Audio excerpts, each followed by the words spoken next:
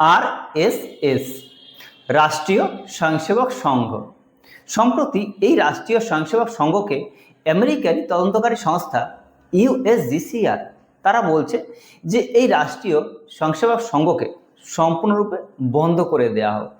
এই যে দেখতে পাচ্ছেন, এবং শুধু তাই নয়, তারা বলছে এই রাষ্ট্রীয় স্বয়ংসেবক সংঘ, মোহন ভাগবত এবং এই আমাদের মাননীয় প্রধানমন্ত্রী নরেন্দ্র মোদী এদের সম্পূর্ণ কার্যক্রম বন্ধ করে দেওয়া হোক এবং এর যত শাখা আছে সব শাখা বন্ধ করে দেওয়া হোক। আর এই কথাটা কখন বলছে? যখন এই আরএসএস এর প্রধান মোহন ভাগবত, যিনি আমেরিকা যাবেন এবং তার কানাডা যাওয়ারও কথা আছে। এই মুহূর্তেই এই ইউএসজিসিআর যে রিপোর্টটা দিল সেটা সত্যিকার অর্থে উদ্বেগজনক। নমস্কার, আমি প্রবীর বিশ্বাস, আপনি আছেন আমার ইউটিউব চ্যানেল কেরিয়ার স্কিলে। প্রথমেই বলে রাখবো, আপনি যদি আমাদের চ্যানেলে নতুন হয়ে থাকেন অবশ্যই সাবস্ক্রাইব করে পাশে থাকবেন। এই ভিডিওর মাধ্যমে আমরা জানার চেষ্টা করব যে এই আরএসএস কিভাবে তৈরি হলো, আরএসএস কেন তৈরি হলো, এই আরএসএস এর কাজ কি, এবং বিভিন্ন সময় এই সংস্থাকে কিন্তু বন্ধ করে দেওয়া হয়েছিল, তার কার্যক্রম সম্পূর্ণরূপে নিষিদ্ধ করা হয়েছিল ভারতের বর্ষে, ভারতের মাটিতে। এমনকি মহাত্মা গান্ধী যখন মারা গিয়েছিলেন তখন এই নাথুরাম গডসে বলা হয়ে থাকে যে তিনিও নাকি এই আরএসএস এরই একজন সদস্য ছিলেন। তো সম্পূর্ণ বিস্তারিত আলোচনা করব এই ভিডিওর মাধ্যমে। তো চলুন একে একে শুরু করা যাক। প্রথমেই আসি, এই ইউএসজিসিআর কি?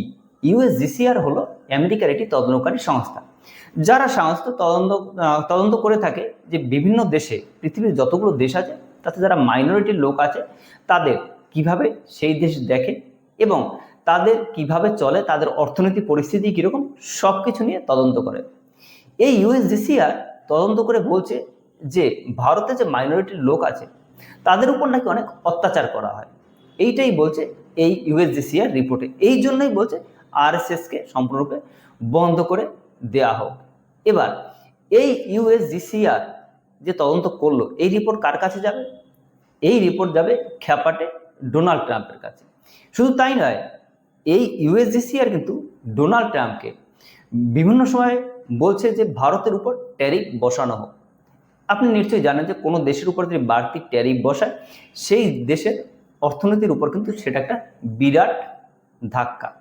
এই ইউএসজিসিআর রিপোর্টেই বলছে যে যেহেতু ভারতে মাইনরিটির উপর অত্যাচার করা হয় সেহেতু এর কার্যক্রম সম্পূর্ণরূপে বন্ধ করে দেওয়া হোক ভারতবর্ষে। এই আরএসএস, আমরা সাধারণত সবাই জানি যে আরএসএস হিন্দুত্ববাদী একটি সংগঠন, যারা সাধারণত হিন্দুদেরই বেশি প্রায়োরিটি দিয়ে থাকে। কিন্তু কেন হলো? কেন হিন্দুদের প্রায়োরিটি দেওয়ার জন্যই এই আরএসএস তৈরি হলো? এর পিছনে ইতিহাসটা আমরা একটু জেনে নিই। প্রধান কারণ ছিল হিন্দু এবং মুসলিম, এদেরকে ভাগ করার জন্যই কিন্তু এই আগা খানের নেতৃত্বে এবং ইংরেজদের অনুপ্রেরণায় এই মুসলিম লীগ গঠন হয়। এবং বলা হয় যে এই মুসলিম লীগের যদি কেউ সংসদে আসতে চায় তাহলে মুসলিমরাই তাকে ভোট দেবে, মুসলিম জনগণই মুসলিমদের ভোট দেবে এবং সেই মুসলিমরাই সংসদে আসতে পারবে। এইভাবে কিন্তু কংগ্রেসের মধ্যে একটি বিভেদ সৃষ্টি হয়। আপনারা সবাই জানেন যে কংগ্রেসের মধ্যে নরমপন্থী এবং চরমপন্থী ছিল। যেমন বাল গঙ্গাধর তিলক, তিনি ছিলেন কিন্তু চরমপন্থী, এবং এই মহাত্মা গান্ধী যিনি ছিলেন নরমপন্থী দলের। অবশেষে 1907 খ্রিস্টাব্দে সেই মরলে মিন্টো সংস্কার হয়। মরলে মিন্টো হলো মুসলিমদের জন্য আলাদা ইলেকটোরাল পদ্ধতি তৈরি করা, মানে তাদের জন্য আলাদা ভোট হোক, তাদের জন্য আলাদা সিট হোক। এইটা করেছিল 1907 খ্রিস্টাব্দে মরলে মিন্টো।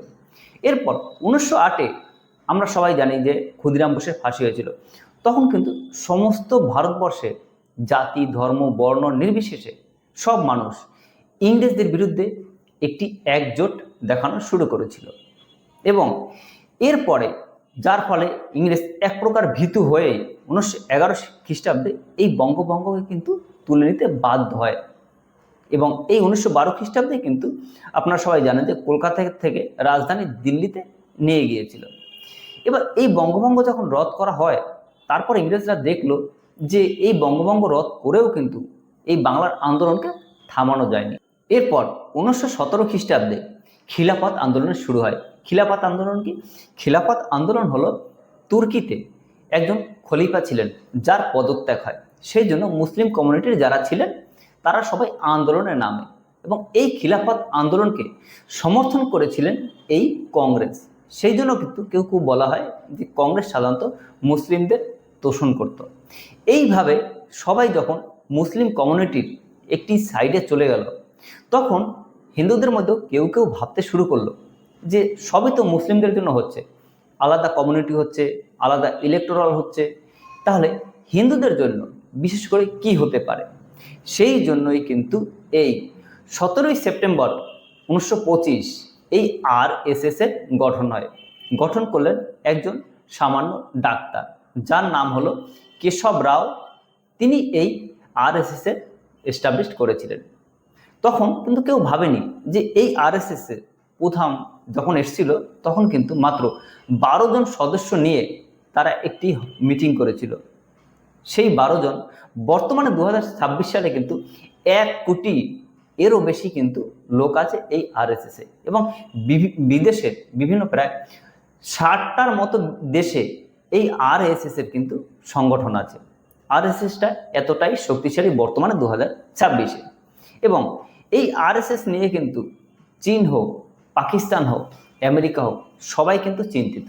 সেই জন্যই তারা চায় RSSকে দমিয়ে রাখতে, ভারতবর্ষকে দমিয়ে রাখতে।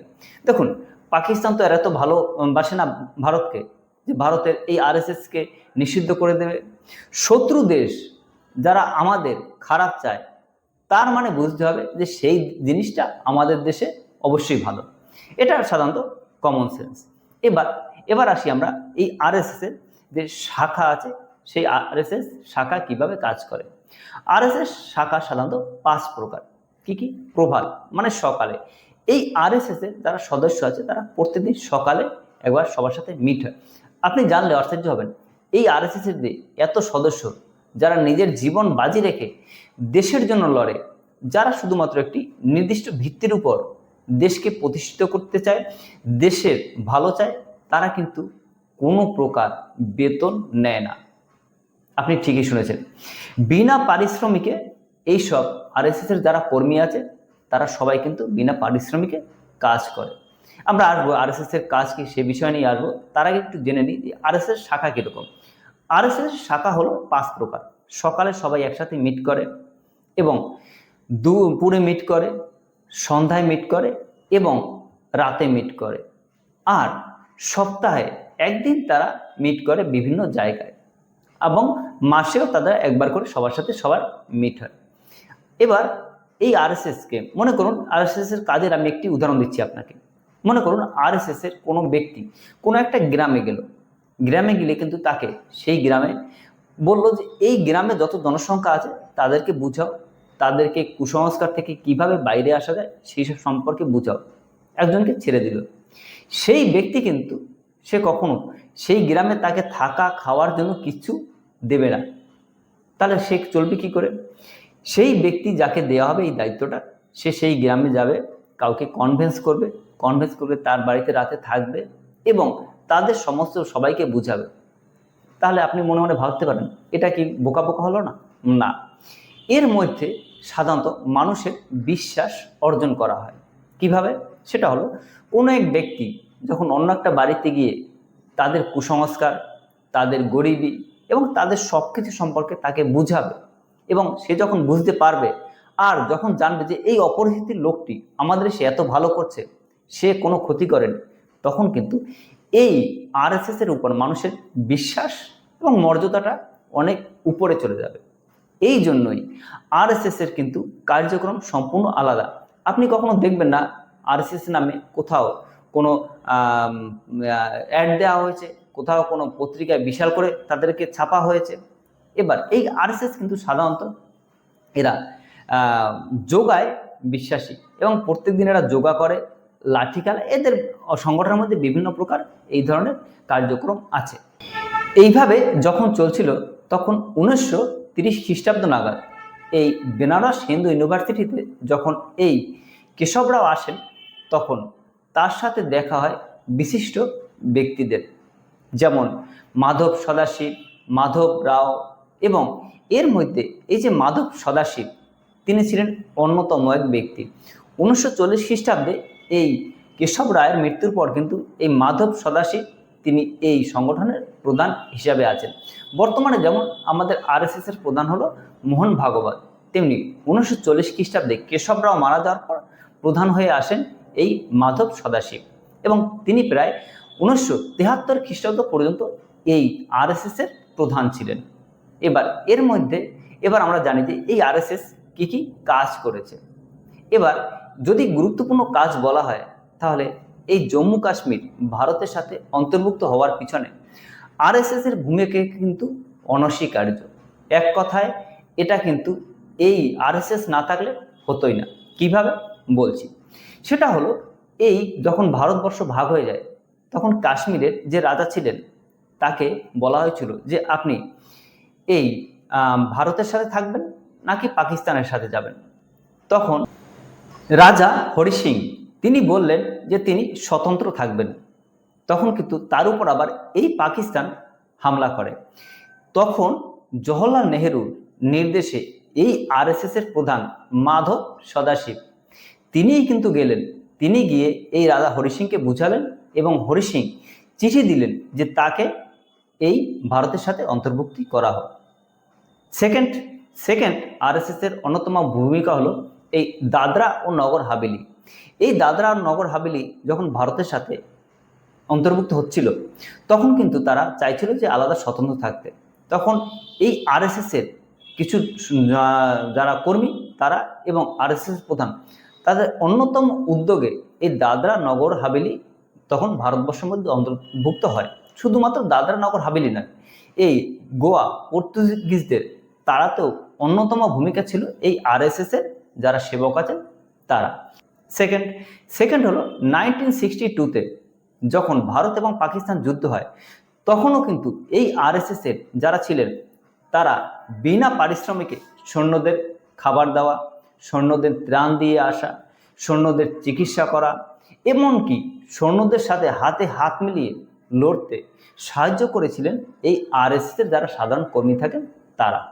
এবং এক পর্যায়ে 1963-তে জওহরলাল নেহেরু দেখলেন যে এই আরএসএস এর ভূমিকা দেশের জন্য অন্যতম গুরুত্বপূর্ণ। তখন তিনি তাদেরকে একটি নৈশভোজে ডাকলেন। 2 দিনের নোটিশে বলা হয়ে থাকে প্রায় 20,000 আরএসএস এর মানুষ দিল্লিতে জমা হয়েছিলেন, এবং তারা তাদের হাফ প্যান্ট এবং তাদের যে পোশাক আছে সেই পোশাক পরে তারা দিল্লিতে একটি জায়গায় তারা তাদের প্রদর্শনী পর্যন্ত করেছিলেন। এটা দেখার পরে কিন্তু এই জওহরলাল নেহেরু বুঝেছিলেন যে আরএসএসকে ভারতে রাখা কতটা দরকারি। এবার প্রশ্ন হলো যে এই আরএসএস প্রথম কিন্তু তারা এই কোনো প্রকার রাজনীতিতে যেতেন না, অর্থাৎ রাজনীতির বাইরের একটি সংস্থা যারা দেশের জন্যই লড়ে। কিন্তু তারা হঠাৎ করে কি করে রাজনীতির মধ্যে চলে এলেন, এরও একটি ইতিহাস আছে। কীরকম? 1948-এ যখন এই মহাত্মা গান্ধীর হত্যা হয়, নাথুরাম গডসে, বলা হয়ে থাকে এই নাথুরাম গডসে হলেন আরএসএস এর একজন সক্রিয় কর্মী ছিলেন। আরএসএস এর কথায় এবং তাদের কাজে উদ্বুদ্ধ হয়ে তিনি এই কাজ করেছেন। এই জন্য 1948-এ এই আরএসএসকে বন্ধ করে দেওয়া হয়, তাদের কার্যক্রম নিষিদ্ধ করা হয়। শুধুমাত্র 1948-এ নয়, আরএসএসকে 1975-এ যখন এই ইন্দিরা গান্ধী সমস্ত দেশে ইমার্জেন্সি ডেকেছিলেন, তখনও কিন্তু তাদের নিষিদ্ধ করা হয়। এবং 1992-তে বাবরি মসজিদ যখন ভাঙা হয়, তখনও কিন্তু এই আরএসএস এর কার্যক্রম এবং আরএসএসকে সম্পূর্ণরূপে নিষিদ্ধ করে দেয়া হয়। এবার প্রশ্ন হলো যে এই 2026 সালে এসে আরএসএসকে কেন নিষিদ্ধ করতে চায় এই আমেরিকা এতটা কেন উদ্গ্রীব হয়ে গেল যে এই আরএসএসকে নিষিদ্ধ করতেই হবে? এর কারণ একটাই। কি কারণ?